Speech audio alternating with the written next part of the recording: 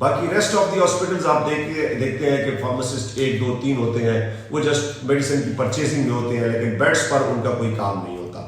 تو جو clinical oriented approach ہے یا پیشنٹ اورینٹڈ اپروچ ہے, وہاں پہ ایک فارماسسٹ کا ہونا بہت ضروری ہے کہ جو پرسکرپشنز آتے ہیں ان میڈیسنز کو پیشنٹس کی ہیلتھ کے مطابق, پیشنٹس کی کنڈیشن کے مطابق, پیشنٹ کے باڈی ویٹ کے مطابق ان میڈیسن کو وہ دیں اور چینج کریں اگر چینج کرنا ہے. کہیں پرسکرپشنز میں ایرر ہے, کہیں ڈرگ انٹریکشنز ہیں, کہیں ڈرگ میڈیسن کی فوڈ کے ساتھ انٹریکشن ہے, کہیں پیشنٹ کو الرجی ہے میڈیسن سے, تو وہ الٹرنیٹ میڈیسن پہ اس کو رکھیں. اس میں تو یہ فارماسسٹ کا رول ہے.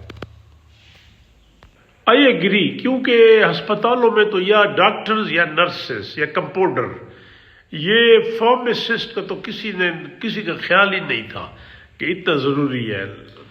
یہ بہت ضروری ہے. میں نے ابھی آپ کو ایگزامپل تھوڑی سی ٹچ کیا ہے کہ جیسے پیشنٹ کا باڈی ویٹ ہے, باڈی ویٹ کے مطابق اب میرا ایک ریلیٹڈ کوشچن ہے کہ پاکستان میں WHO کے سٹینڈرڈز کو ہم فالو کرتے ہیں؟ سو کسی حد تک کر لیتے ہیں. جیسے ابھی ہاسپٹلز میں اپوائنٹمنٹ کی بات ہے فارماسسٹوں کی, تو ہم نہیں کر رہے. 2005 سے ہم نے اس فارمیسی جو فارم ڈی پروگرام سٹارٹ کیا. اس سے پہلے یہ بی فارمیسی تھا. 2005 آنورڈ ہم نے اس کو ڈاکٹر آف فارمیسی کیا, اور ڈاکٹر آف فارمیسی کرنے کا مطلب یہی تھا کہ اس کو ہم کلینکل اور پیشنٹ اورینٹڈ بنائیں. تو جب ہم نے اس کو form D doctor of pharmacy کر لیا, لیکن 2009 میں جب اس کا پہلا بیچ نکلا ان فارماسسٹوں کا جو ڈاکٹر آف فارمیسی کر کے نکلے, تو ان کی کوشش تھی اور خواہش تھی کہ ہم ہاسپٹلز میں جائیں, لیکن آگے ہاسپٹلز میں ہم نے WHO کے سٹینڈرڈز کو فالو نہیں کیا ہوا تھا. اور جب ان کو وہاں پتہ چلا کہ یہاں جابز نہیں ہیں, تو وہ جو انہوں نے کلینکل فارمیسی پڑھی ہوئی تھی, فارمیسی پریکٹس پڑھی ہوئی تھی, وہ دوبارہ سے انڈسٹریز کی طرف یا مارکیٹنگ کی طرف یا اسٹورز کی طرف آئے. تو ایز سچ ہم اسی تناسب سے جو فالو کرنا چاہیے ویسے نہیں فالو کر رہے. اخلاق سے اب جگہ جگہ فارمیسی پبلک یونیورسٹیوں میں بھی کھل رہے ہیں, لیکن پرائیویٹ, میں ملتان میں تھا, ملتان میں کوئی 12-13 سینٹر کھل چکے ہیں. تو میں نہیں سمجھتا ہمیں WHO کی یا ود 100 اپالوجیز اس ملک کی اتنی فکر ہے. میں سمجھتا ہوں ہمارے وہ جو میں نے ورڈ یوز کیا, یہ ایک کماؤ طریقہ بھی بن چکا ہے. Am I right? جی بالکل ایسے ہی ہے سر. جب لوگوں نے دیکھا کہ بزنس, دیگر بزنس میں انویسٹمنٹ کرنے کی بجائے ہم ایجوکیشن میں انویسٹ کریں, تو یہ صرف فارمیسی کی انسٹیٹیوشنس کو نہ دیکھیں, آپ میڈیکل کالجز کو دیکھ لیں. اس طرح آپ بزنس کے, جب پہلے آج سے کوئی 2 ڈیکیڈز قبل بزنس ایجوکیشن کی طرف, IT کی طرف لوگ آئے, تو لوگوں نے اپنے IT کالجز اور بزنس کالج سٹارٹ کرنے لگے. تو بزنس مینس تو بیٹھے ہوتے ہیں, بزنس مین دیکھتے ہیں کہ کہاں پر کوئی گیپ ہے اور ہم وہاں انویسٹ کریں. تو اسی طرح فارمیسی پروفیشن بھی جب پچھلے 2 دہائیوں میں اس کی طرف لوگ آئے اور یہ ہم سمجھنے لگ گئے اس کو, تو انہوں نے فارمیسی انسٹیٹیوشنز کھولے. اسی طرح نرسنگ کالجز دیکھ لیں. تو آپ کا فارمیسی کونسل ان کو چیک کرتے ہیں, دیکھتے ہیں ہیومن ریسورس ہے؟ جی ڈیفینیٹلی فارمیسی کونسل ایک چیک ہے, اور ہمارے اپنے ایک سٹینڈرڈز ہیں. ان سٹینڈرڈز کے مطابق ہم ان کی انسپیکشنز کرتے ہیں, اور وہ جب سٹینڈرڈز پر پورے نہیں ہوتے تو ہم ان کو ڈراپ آؤٹ بھی کرتے ہیں. اور میں نے سنا ہے کہ وہ کوشش کرتے ہیں, بڑے بڑے گفٹ دیتے ہیں, خوش کرتے ہیں, یہ صحیح ہے؟ دیکھیں سر, بات یہ ہے کہ کلچر ایک چل رہا ہے, اس کلچر کے مطابق اگر کوئی کر رہا ہے, لیکن ایز سچ اس گفٹس یا ان چیزوں کی بنیاد پر ان کا سٹینڈرڈ نہیں دیکھا جاتا. ڈیفینیٹلی ایک ٹیم جاتی ہے, اس کے بعد دوسری ٹیم جاتی ہے, تیسری ٹیم جاتی ہے, اور یہ جو چیکس ہوتے ہیں یہ یونیورسٹی کے ساتھ پیرالل چلتے ہیں. یونیورسٹی بھی چیک رکھتی ہے, ان کے بھی انسپیکشن ہوتے ہیں. اس کے بعد HEC جو HERA ہے, ہائر ایجوکیشن ریگولیٹری اتھارٹی, ان کے بھی چیکس ہوتے ہیں. تو وہ تمام تر چیکس اب ایک اگر انسٹیٹیوشن کر رہا ہے تو دوسرے انسٹیٹیوشن تو ڈیفینیٹلی نہیں کرے گا. تو یہاں اور یہ جو فارمیسی کی مشرومنگ ہوئی ہے, جی اس میں اکیڈمک ٹیچنگ پوزیشنز بھی کافی کھلی ہے. ڈیفینیٹلی بہت زیادہ اکیڈمک پوزیشنز جو ہے نا وہ سامنے آئیں, اور جو اسٹوڈنٹس پچھلے 8-10 سالوں میں ہمارے MPhil اور PhD کر رہے تھے, وہ میں دیکھ رہا ہوں کہ وہ کہیں نہ کہیں ایڈجسٹ ہو رہے ہیں. تو یہ بھی بڑی خوشائن بات ہے. اور اس طرح سے جو 1 سے لے کر 10 تک جو جنرل مشرف کے دور میں جو اسکالرشپس آئی تھی وہ لوگ باہر گئے تھے، وہ لوگ جب واپس آئے تو اب ان کے لیے بھی بڑی اچھی اچھی اپرچونیٹیز ہیں اور وہ بھی اچھی اچھی کیونکہ آئی ریمبر اس دن مجھے ایک پروفیسر بہاؤدین زکریا یونیورسٹی ویری کمپیٹنٹ، تو میں نے کہا ریٹائر ہو گیا، کہتے جی ISP بٹ اٹس گڈ. تو یس آف کورس ایسی ہے کہ انسٹیٹیوشنز جب جتنے زیادہ ہوں گے تو اس میں اسی قدر اسٹوڈنٹس کے لیے بھی، فارماسسٹوں کے لیے بھی جگہ بنے گی، اور جو ٹیچرز ہیں جو MPhil PhD ہیں ان کے لیے بھی جگہ بنے گی. تو میں سمجھتا ہوں کہ WHO کی رپورٹ کے مطابق اگر ہمیں 1.25 لاکھ فارماسسٹ چاہیے ہوتے ہیں، تو اگر انسٹیٹیوشنز بڑھ بھی جائیں تو پھر بھی ہم یہ تعداد پوری کرتے کرتے ہمیں کم از کم 10 سال لگیں گے، کیونکہ جب ہمارے گریجویٹس یہاں سے ڈگری لیتے ہیں تو ان میں سے میں سمجھتا ہوں کہ یس اخلاق صاحب آئی ایگری، لیکن اکیڈمک اسٹینڈرڈ یا جو آرگنائزیشنل اسٹینڈرڈس ہیں اور میڈیسن کا جو معیار ہے وہ تو مینٹین ہونا چاہیے. مطلب اکیڈمک اسٹینڈرڈ سے یہاں مراد ہے میرا. جی بالکل ایسی ہے، بلکہ میں وہ آپ کی تھیوری پڑھی ہے اکیڈمک پراسٹیوشن کی جو آپ اکثر ذکر بھی وہ میری ایک، میں نے تو لکھا نہیں اس پہ، میری ایک تھیوری ہے اکیڈمک پراسٹیوشن. وش کہ میں اس پہ ایک دن ویلاگ بناؤں. وہ اکیڈمک پراسٹیوشن یہ ہے کہ اگر آپ اسٹینڈرڈس نہ فالو کریں، اور جیسے مشرومنگ کالجز کی، جیسے لا کالجز گوسٹ، پھر یہ اکیڈمک پراسیکیوشن ہے. اگر آپ نے صرف پیسہ ہی کمانا ہے، علم سے جو پیسہ اگر کمائے اور اسٹینڈرڈ نہ ہو تو پھر tantamount to academic prosecution. ایسی ہے. ڈیفینیٹلی ہمیں ان اسٹینڈرڈس پر فوکس کرنا ہے اور ہم نے اسٹرکٹلی اس کو فالو کرنا ہے. ایک بات تو یہ. دوسری بات یہ کہ انسٹیٹیوشنس کو ٹائم ٹو ٹائم ہم نے وزٹ کرنا ہوتا ہے، اور ان کی انسپیکشنز کے دوران جو انیشیلی کئی اسٹینڈرڈز ہوتے ہیں اگر وہ ڈراپ آؤٹ ہوتے ہیں تو اس کو ڈراپ کر دیتے ہیں. اسی طرح ہم اکثر فیکلٹی کی جو ہیومن ریسورس ہے اس کی گروتھ پر، اس کی ٹریننگ پر بہت توجہ. اخلاق صاحب یہ جو انڈسٹریز ہے دوائیاں مہنگی ہو رہی ہیں. اب یہ ڈسپرین ہم لیتے تھے غراروں کے لیے، اب کا وہ بھی اس کی قیمت کہاں سے کہاں پہنچ گئی، اور جو امپورٹنٹ ہے. بٹ یہ جو آپ کی پاکستان میں فارماسیوٹیکل کمپنیز ہے یہ کیوں اتنی مہنگی ہو رہی ہے؟ سر اس کی بہت بڑی ایک وجہ ہے کہ پاکستان میں جو ہمارے پاس انڈسٹریز ہیں یہ ہم تمام تر را مٹیریل امپورٹ کرتے ہیں ڈیولپڈ کنٹریز سے. ایون ڈیولپڈ کنٹری کیا، آج کل انڈیا کی میڈیسنز بھی پاکستان میں آتی ہیں لیکن وایا دبئی آتی ہیں. چائنا سے ہم را مٹیریل لیتے ہیں. تو جب آپ را مٹیریل امپورٹ کریں گے یہاں تو جسٹ ہم مکسنگ کرتے ہیں اور ٹیبلٹ کو شیپ اپ کر لیتے ہیں، مکسنگ کرتے ہیں کیپسول کو شیپ اپ کر لیتے ہیں، مکسنگ کرتے ہیں سیرپ بنا لیتے ہیں. تو میں تو اپنی انڈسٹریز کو مکسرز کہتا ہوں کہ جسٹ مکس کر کے ہم کوئی آرٹ ڈیزائن کر کے ہم ان کی شیپ اپ کر کے کوئی ڈوزیج فارم بنا دیتے ہیں. ایکچوئل جو کام ہے انڈسٹری کا ہونا چاہیے وہ ہے را مٹیریل سنتھسس، اور انفارچونیٹلی اس کی طرف اب تک کوئی گیا نہیں ہے. اس میں میں سمجھتا ہوں شاید ایک مافیا ہوگا جو نہیں جاتا ہوگا، یا ہو سکتا ہے کہ ٹیکنیکل لوگ نہیں ہیں جو نہیں بنا سکتے ہوں گے. پازیٹیو نیگیٹو اسپیکٹس ہم لے سکتے ہیں.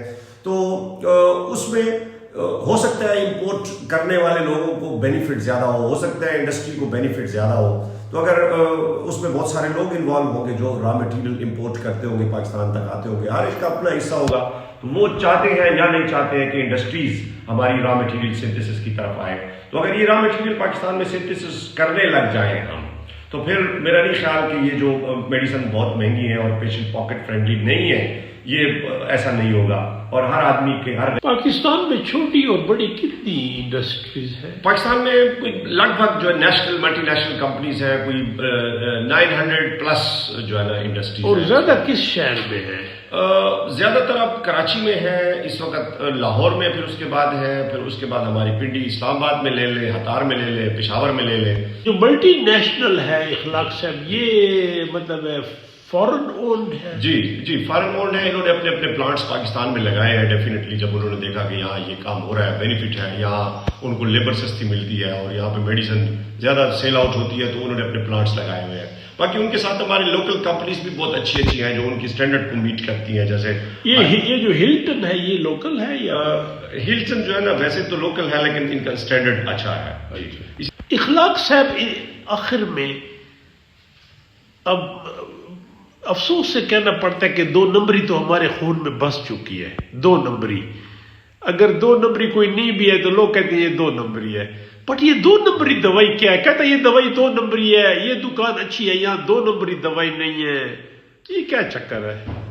ایکچولی دکانوں میں بھی جیسے فارما انڈسٹریز پیچھے سے بنا رہی ہوتی ہیں, جیسے لوکل انڈسٹری ہوں وہ WHO کے یا ہمارے ڈرائب کے سٹینڈرڈز کو میٹ نہ کرتی ہوں اور وہ ان کو لائسنس دے دیا گیا ہو. تو آپ نے جیسے ابھی بات کی کہ کلچر ایسے چل پڑا ہے کہ کہیں نہ کہیں روایت ایک ہے کہ بس انہوں نے انڈسٹری لگا لی, کسی طریقے سے لے دے کے چیزیں کر لیتے ہیں. تو اسی طرح سے اگر وہ میڈیسن بناتے ہیں, وہ بہت ساری انڈسٹریز ہیں. مجھے ایک موقع ملا تھا آج سے کوئی 18-19 سال قبل, میری پہلی جاب کہیں لاہور میں ایک انڈسٹری میں تھی, تو میں دیکھتا تھا کہ وہ کوئی اسٹینڈرڈ اس میں نہیں ہوتے تھے, اور میں شاید 1-2 مہینے کے اندر میں نے ریزائن کر کے چلا گیا تھا کہ اس میں اسٹینڈرڈ کو فالو نہیں کیا جاتا تھا. میڈیسن ڈیگریڈ ہو جاتی تھی, گرمی کو فوکس نہیں کیا جاتا تھا, ہیٹنگ وینٹیلیشن سسٹم نہیں ہوتے تھے, را مٹیریل بہت زیادہ ایڈلٹریٹڈ آتا تھا جن میں ایکٹیو نہیں ہوتا تھا. اگر کوانٹٹی ایکٹیو ڈرگ کی جو افیکٹونیس ہے جس کی وجہ سے ایفیکیسی ہے اس کی کوانٹٹی کم ہوگی تو ظاہر ہے وہ پھر بھی بیچے گا, اس کو را مٹیریل کم ہوگا, وہ سب اسٹینڈرڈ ڈرگ ہوگی, اور جب وہ بیچے گا تو پیشنٹ کو اس کا افیکٹ نہیں ملے گا, 2 نمبر وہ طریقے سے وہ سیل آؤٹ کرے گا. تو اسی طرح یہ میڈیسن ٹھیکے پہ بھی سرکاری اسپتالوں میں جاتے ہیں اور یہ چیزیں جو ہے نا سیل آؤٹ کرتے ہیں. تو یہ مطلب پیسے کماؤ, ڈزنٹ میٹر کوئی مرے کوئی قبر میں جائے. ایسی وہ کہتے ہیں نا کہ خشتے اول چونہ ہاتھ میں مارے کج تاثر یامی روت دیوارے کج. تو ہمارا پورا ایک سسٹم اگر اوپر سے نیچے تک ایسے چل رہا ہے تو اس میں یہ چیز بھی جو آپ نے جس کو ہائی لائٹ کیا ہے تو میرا نہیں خیال کہ اس سے ہم بچ سکتے ہیں. لیکن افسوس کی بات ہے ایک مسلمان ملک جی اور ایک جہاں ہر طرف اذانیں آتی ہیں جی اور ہم کہتے ہیں جی یہ کرو اور وہ کرو, اخلاقیات کے درس اسلام کا قلعہ ہے میرا پاکستان جی, اور اس میں 2 نمبری دوائیاں اور یہ آرام تو میاں ایگزیکٹلی ایسی ہے کیونکہ اس میں غریب لوگ ہوتے ہیں جن کے پاس مزدوری کر کے ہارڈلی کھانے کا پیسہ اور وہ پھر دوائیاں لیں اور ان دوائیوں سے اس کو کوئی خاطر خواہ فرق نہ پڑے. تو مطلب ہے یہ ظلم کی حکومت یہ ہوتی ہے. A nice painting. آپ کے آفس میں ایک بڑی اچھی کیلی گرافی اور ایک پینٹنگ ہے, یہ پرابیبلی یہ تو وہ نہیں ہے جو ڈی خان کا آرٹسٹ ہے جس کو پرائڈ آف پرفارمنس ملا, پر نام مجھ سے بھول گیا. جی بالکل آپ نے صحیح پہچانا سر, یہ عجب خان کی ہے اور یہ کیلی گرافی جو میرے بائیں ہاتھ پہ ہے یہ خط عجب ہے اور اس نے خود یہ خط ایجاد کیا. طاہر تکونو مسلسل 3 بار پاکستان میں ملا, اس نے ہیٹرک کیا 3 دفعہ مسلسل صادقین ایوارڈ حاصل کیا. تو عجب میرے شہر سے ڈیر اسماعیل خان سے ہے اور میرے بہت اچھے دوست ہیں. تو یہ ان کی محبت ہے کہ جہاں کہیں بھی میں جاتا ہوں یا میرا آفس ہوتا ہے تو وہ ایک کیلی گرافی ایک پینٹنگ میرے آفس میں آویزاں کرتے ہیں اور میں ان کا مشہور ہوں. اور ہے کام ہوئے تو بہت سالوں سے نہیں ملا. ریسنٹلی ان کو ابھی پرائڈ آف پرفارمنس ایوارڈ ملا, وہ ڈیر اسماعیل خان میں ہے اور ان کے اپنا ایک اسٹوڈیو ہے وہاں پہ اور سولو ایگزیبیشنز کرتے ہیں. از اے گڈ آرٹسٹ اور پاکستان کا ایک سرمایہ ہے, ایک اثاثہ ہے. آپ اخلاق سے پوئٹری بھی کرتے تھے. ایک دم آپ نے مجھے کوئی کتاب کی لانچنگ کے لیے بلایا, شاید میں نہیں آ سکا, تو پوئٹ تھے, اب کر رہے ہیں پوئٹری. جی سر الحمدللہ. کتاب تھی آپ کی ایک کہ مجھے بھول چکی. جی بالکل سر, میری کتاب میسر کے نام سے پبلش ہوئی 2019 میں اور میں 97 سے لکھ رہا ہوں. جب میں میٹرک میں تھا, میٹرک کا طالب علم تھا, تب سے میں شاعری کر رہا ہوں. تو اسی میں سے کوئی شعر میرے ویورز کو سنا دے تھوڑے سے کوئی. بہت شکریہ سر, بہت شکریہ. میں جب قدم سرے کوئے حیات رکھا تھا, میں جب قدم سرے کوئے حیات رکھا تھا, کسی کے درد نے شانے پہ ہاتھ رکھا تھا, اور خوشاب و شب کہ ان آنکھوں کی نرگسی لاؤ میں میرے لیے بھی ذرے التفات رکھا تھا.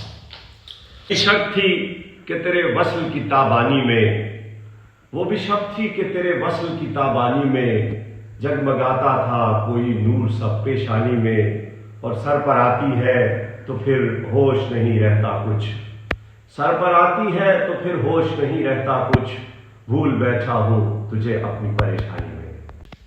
اخلاق صاحب مجھے بڑی خوشی ہوئی and I wish you become professor.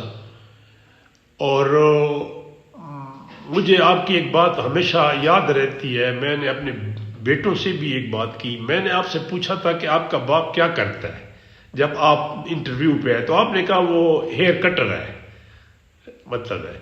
ورنہ ہم اپنی اکثر لوگ جب کسی ترقی پہ پہنچ جائیں تو اپنے ماضی کو بھول جاتے ہیں. تو آئی لائک دیٹ. صاحب آپ نے بڑی اچھی بات مجھے یاد دلا دی. میں اپنے والد کو کبھی نہیں بھولتا ہوں. میں یہ سمجھتا ہوں کہ میں نے پی ایچ ڈی نہیں کی, پی ایچ ڈی اس آدمی نے کی تھی. اب وہ اس دنیا میں نہیں ہے, 2019 میں ان کی وفات ہوئی. لیکن میں جب اسکول جاتا تھا تو مجھے تو نہیں پتا تھا کہ میں نے کیا کرنا ہے, کون سے اسکول پڑھنا ہے, کیسے پڑھنا ہے, گھر میں بیٹھ کے پڑھنا ہے, نہیں پڑھنا ہے. تو میں سمجھتا ہوں کہ میں نے پی ایچ ڈی نہیں کی, میں پروفیسر نہیں ہوں. یہ وہ آدمی پروفیسر تھا جو اپنی غربت میں, اپنے مشکل حالات میں مجھے پڑھا کے لکھا کے انہوں نے مجھے That's kind of you and wish you always good luck. بہت شکریہ.